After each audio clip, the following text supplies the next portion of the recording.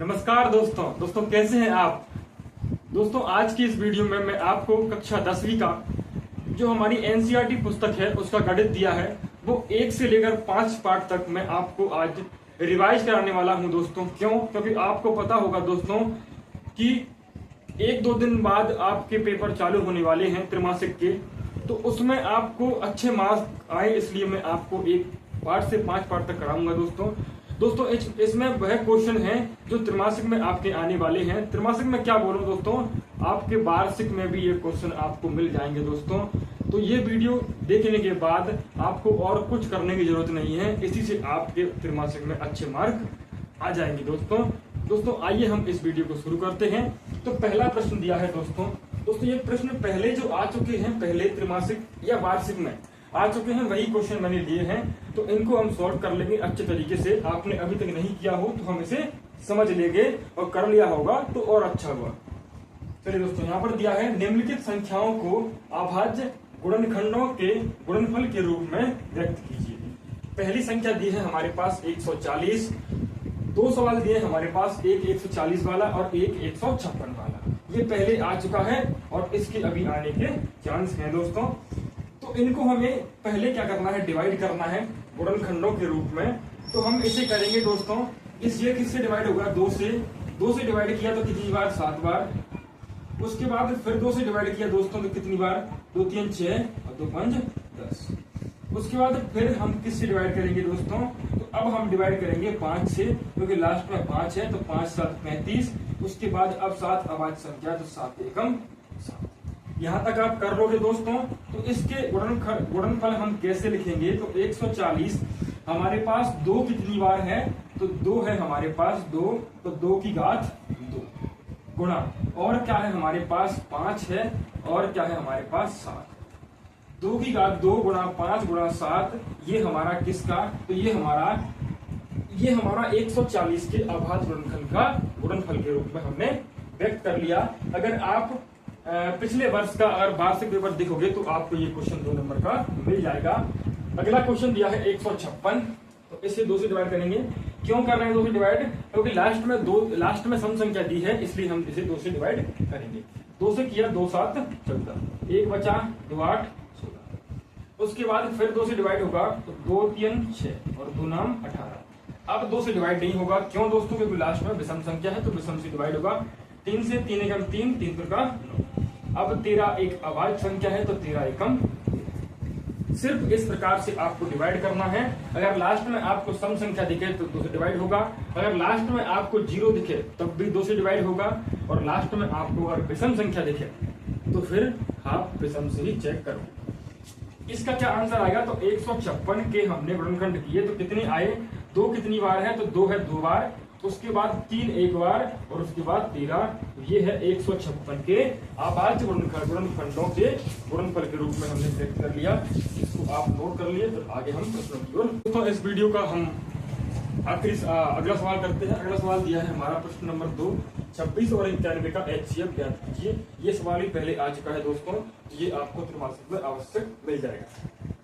हमें क्या करना है, हमें 26 और 91 का हमें HCF ज्ञात करना है। HCF वो कैसे ज्ञात कर रहे हैं तो दोस्तों, तो हमारे पास 2 संख्या दी है, एक तो 26 और एक हमारे पास 93। ठीक है, इन दोनों का हमें क्या ज्ञात करना है, इन दोनों का हमें HCF ज्ञात करना है।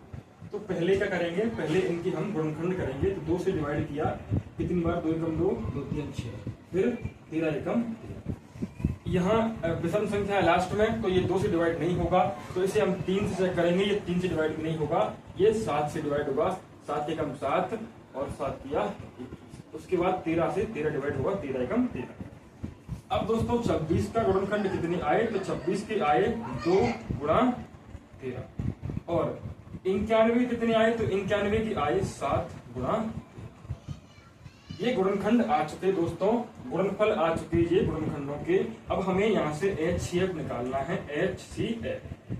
तो HCF संख्या वह संख्या होती है जो दोनों संख्या में कॉमन होगी, यानी इस 26 में भी होगी और 91 में भी होगी, वह संख्या क्या होगी हमारी, HCF। दोस्तों बताओ मुझे, तो यहाँ पर दोनों संख्या में 26 में भी 13 है और 91 में भी 13 है, तो फिर हमारा HCF कितना होगा दोस्तों? तो हमारा HCF होगा 13। ये सवाल ही पहले आ चुका आपके 3 नंबर का सवाल।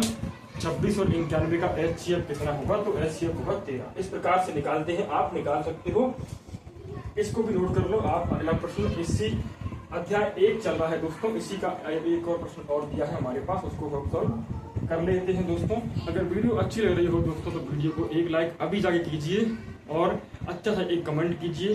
कमेंट में आप लिख सकते हो आपको जो सवाल में समस्या आ रही है उस सवाल को मुझे आप लिख सकते हो, मैं आपका उत्तर उसका आंसर दे दूंगा दोस्तों।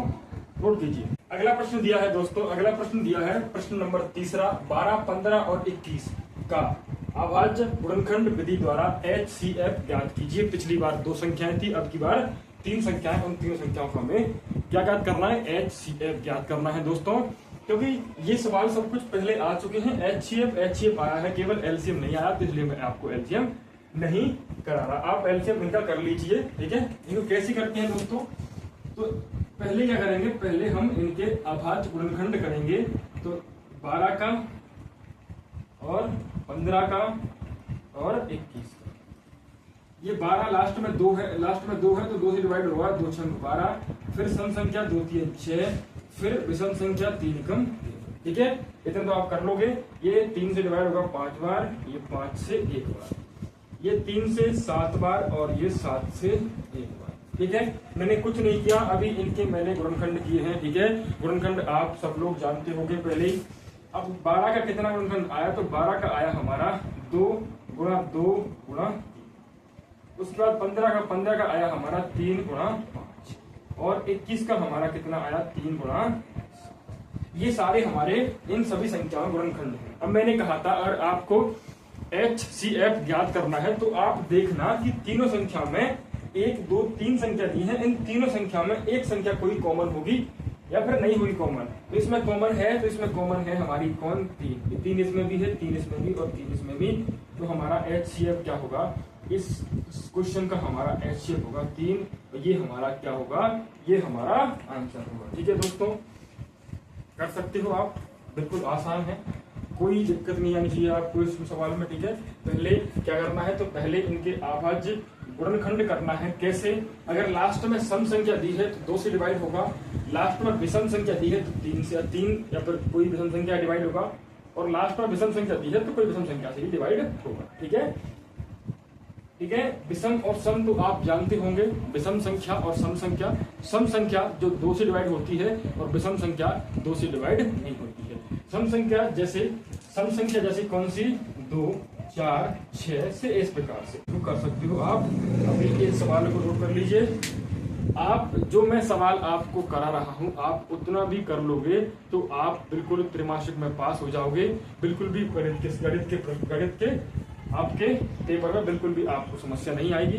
यही सवाल, इनमें से ही सवाल आपको वार्षिक में भी मिल जाएंगे, तो इनको ध्यान से कीजिए। और अगर कोई भी समस्या आती है तो मुझे कमेंट में बताइए। तो नोट कर लीजिए इसको, अगले प्रश्न की ओर बढ़ते हैं। अगला प्रश्न लेके आया हूं यहाँ पर, सिद्ध कीजिए कि 7 √5 एक अपरिमेय संख्या है। इसमें एक प्रश्न और आता है, उसको भी आप कर लीजिए कि सिद्ध करना है कि √5 एक अपरिमेय संख्या है कि ये भी हमें सिद्ध करना पड़ता है, तो इसको भी आप कर लीजिए। मैं इसको आपको कराता हूँ, ठीक है। सिद्ध कीजिए कि तो हम पहले करते हैं, ठीक है। अब क्या करना है इसमें? तो दोस्तों इसमें करना है हमें अपरिमेय संख्या सिद्ध करना है। तो इसमें अपरिमेय का उल्टा मानेंगे हम परिमेय संख्या। तो माना दोस्तों क्या माना कि 7 √5 ये इसने कहा अपरिमेय है, मैं कहूंगा परिमेय है। तो माना 7 √5 एक परिमेय संख्या है, ठीक है दोस्तों। इस बुक का मैंने उल्टा मान लिया। उसने कहा था कि 7 √5 एक अपरिमेय है, लेकिन हमें मानना है उल्टा। तो 7 √5 एक परिमेय मान लिया। परिमेय का क्या होता है? तब क्या होगा? 7 √5 परिमेय है, तब क्या होगा? तब 7 √5 बराबर होंगे P/Q के, क्योंकि P/Q के रूप में होती है हमारी परिमेय। और Q बराबर में 0 कभी नहीं होगा, यानी नीचे कभी भी 0 नहीं आएगा। और P और Q